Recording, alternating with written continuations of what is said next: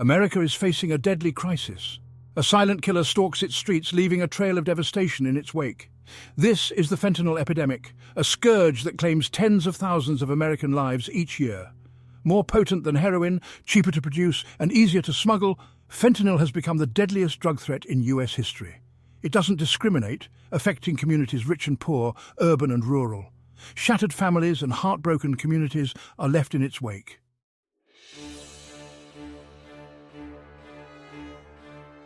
The rise of China's involvement in the fentanyl trade is a recent phenomenon. Mexican cartels had their own money laundering networks, but as the fentanyl trade exploded, these methods proved too slow and risky. Enter the Chinese money launderers. They offered the cartels a solution, moving vast sums of money across borders with remarkable efficiency. Utilizing shell companies, underground banks, and digital payment platforms, they operated with a speed and sophistication that stunned US authorities. The mirror transfer system allows money to be moved between countries without physically crossing borders, making it virtually invisible to law enforcement. The partnership between Chinese money launderers and Mexican cartels was a match made in criminal heaven. The cartels gained access to a sophisticated money laundering network, while the Chinese saw a lucrative opportunity to expand their operations.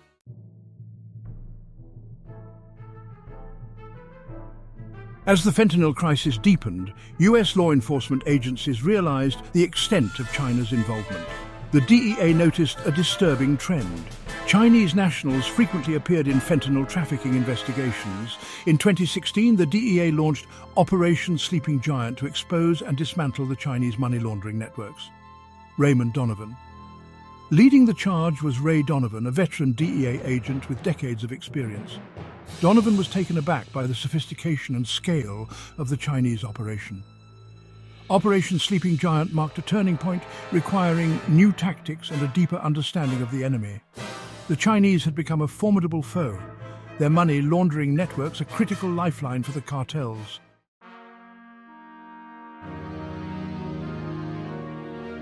To understand China's role in the fentanyl trade, we need to rewind to the 1990s. Under Deng Xiaoping's leadership, China embarked on economic liberalization, creating a new class of wealthy business people. However, the Chinese government maintained strict controls on money movement outside its borders. This created a dilemma for businesses looking to expand globally. This demand gave rise to the Chinese underground banking system. These informal networks offered a discreet way to transfer money across borders, often using centuries-old methods. Initially catering to legitimate businesses, it wasn't long before criminal elements exploited the system.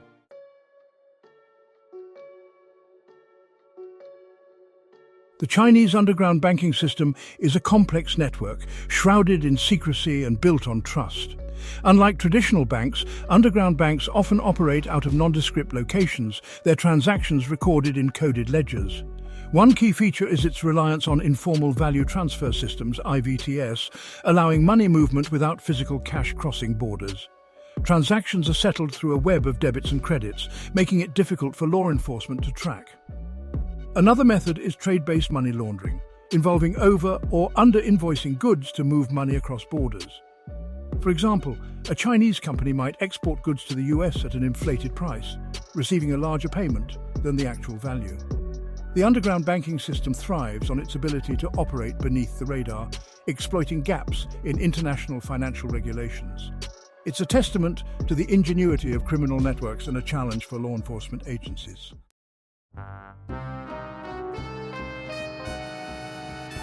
The mirror transfer system is one of the most ingenious methods used by Chinese underground banks. It allows for near instantaneous money movement between countries without physical cash crossing borders. Here's how it works. A Chinese businessman contacts an underground banker in China to send money to the US. The banker contacts a counterpart in the US with access to a pool of dollars, often obtained through illicit means. The US banker delivers the money to the businessman's associate, while the businessman deposits the equivalent amount in yuan in China. The transaction is complete, with no physical cash crossing borders and no record in the traditional banking system. The mirror transfer system relies on trust and pre-existing relationships, leaving virtually no paper trail.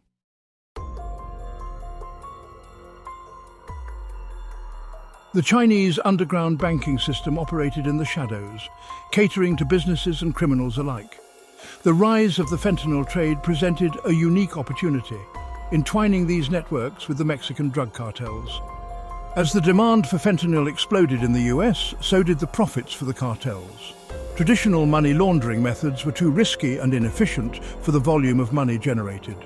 The cartels found a solution in the Chinese underground banking system, which had the infrastructure and expertise to move vast sums of money discreetly.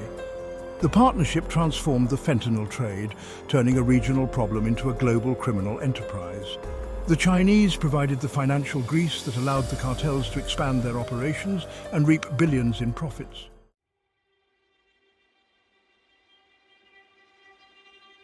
The Chinese money laundering networks servicing the fentanyl trade are global enterprises. They reach into every corner of the world, from Macau's casinos to London's financial centres. These networks adapt to changing circumstances, exploiting vulnerabilities in the global financial system. They use traditional methods like trade-based money laundering and sophisticated techniques like cryptocurrencies. The Chinese diaspora plays a crucial role, providing a network of trusted intermediaries. The scale and complexity of these networks make them difficult to dismantle. By the time law enforcement catches on, the money launderers have often moved on to another jurisdiction.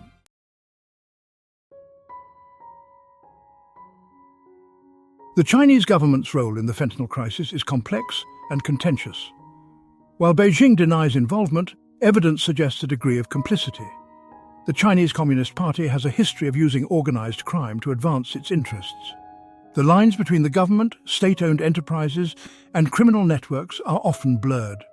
The government's surveillance apparatus and control over the financial system make it unlikely the fentanyl trade could flourish without some approval. Whether through corruption or negligence, the Chinese government has allowed the fentanyl trade to flourish. The human cost is devastating, with fentanyl claiming lives and destroying communities daily.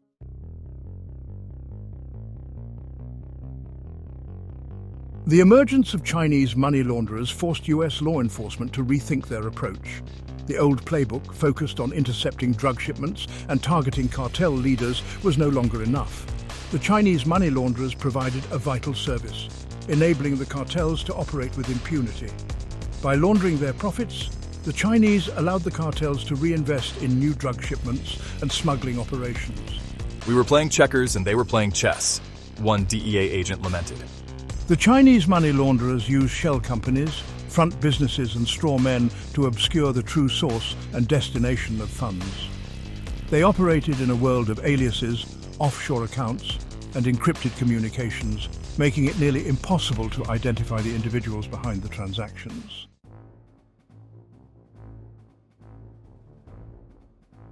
The Chinese money laundering networks supporting the fentanyl trade are highly sophisticated. They have clearly defined hierarchies, specialized roles, and ruthless efficiency. At the bottom are the money brokers, intermediaries who connect the cartels with the money launderers. These individuals facilitate the initial exchange of cash, collecting drug proceeds and arranging for their transfer into the underground banking system. Once in the system, the money is passed through a web of businesses and individuals, often using trade-based money laundering schemes. At the top are the network's leaders, shadowy figures with connections to organized crime and corrupt officials.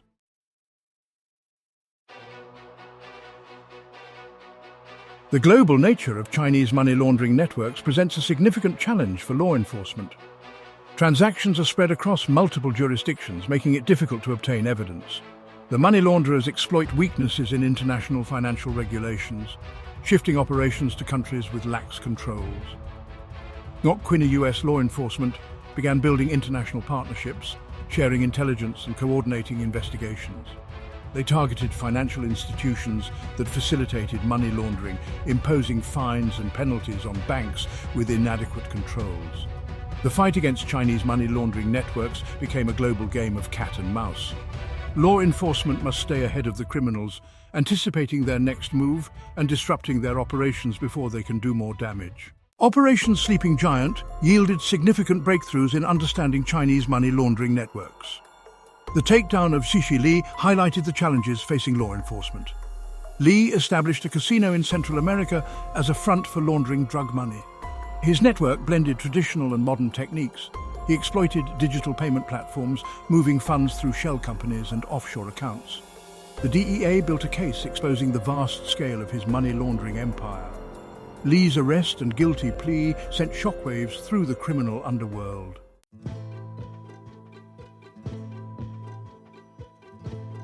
Flushing, it seemed, had become a hub for Chinese money laundering operations, a place where drug money from the streets of America was funneled into the global financial system. DEA agents, working undercover, infiltrated the shadowy world of Flushing's money brokers, posing as cartel associates looking to launder large sums of cash. They discovered a network of businesses, often nondescript storefronts or restaurants, that served as fronts for money laundering operations. The money laundering process was surprisingly simple, yet effective. Cartel associates would deliver duffel bags filled with cash to these seemingly legitimate businesses. The money was then quickly counted, broken down into smaller amounts, and wired electronically to accounts in China, often using aliases and shell companies to conceal the true source of the funds. The money didn't always stay in China. It often flowed back to the cartels through a variety of channels. Investments in legitimate businesses, purchases of luxury goods, or even more sophisticated trade-based money laundering schemes. The Chinese money launderers had created a closed loop, a system where drug money could be cleaned and recirculated with remarkable efficiency.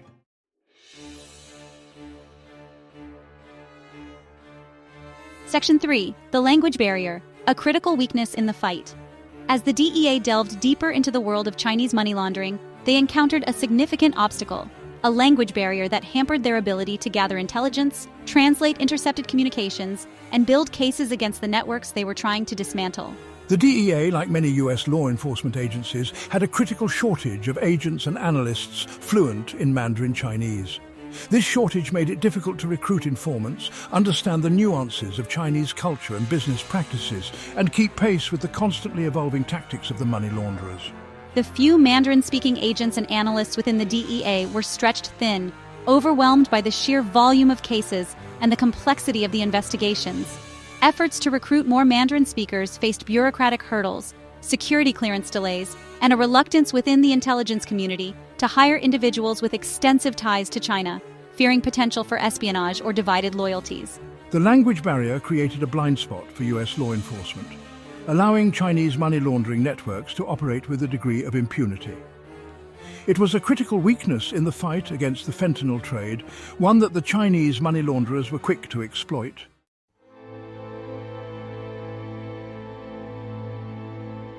The human toll.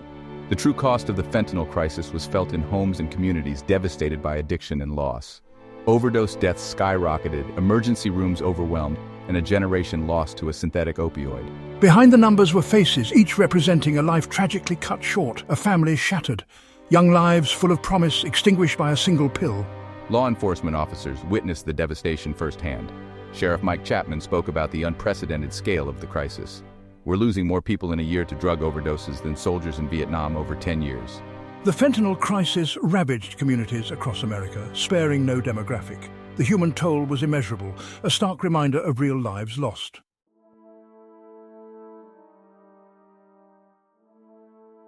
Section 2. A community ravaged. In Loudoun County, a picturesque swath of Virginia often cited for its affluence and tranquility, the fentanyl crisis pierced the veneer of idyllic suburban life. Deputy Will Sullivan, a member of the Loudoun County Sheriff's Office, witnessed the insidious creep of fentanyl into his community, transforming it from a place of quiet prosperity to a battleground against a relentless enemy. Sullivan, a seasoned officer accustomed to dealing with the harsh realities of law enforcement, found himself increasingly called upon to respond to overdoses, often arriving too late to save the victim. He spoke with a mix of anger and frustration about the dealers who preyed on the vulnerable, peddling their poison with no regard for the human cost. They're making lots of money on this stuff, Sullivan observed, his voice laced with a mix of anger and resignation, and the dealers push and push more and more. The fentanyl trade, driven by greed and fueled by a seemingly insatiable demand, had become a macabre business, its profits measured in human lives lost. The stories emerging from Loudoun County mirrored those from countless other communities across America, each a microcosm of a nation grappling with the devastating consequences of the fentanyl epidemic. The crisis had become deeply personal, touching the lives of everyday Americans in ways that transcended socio-economic boundaries and shattered the illusion of safety and security.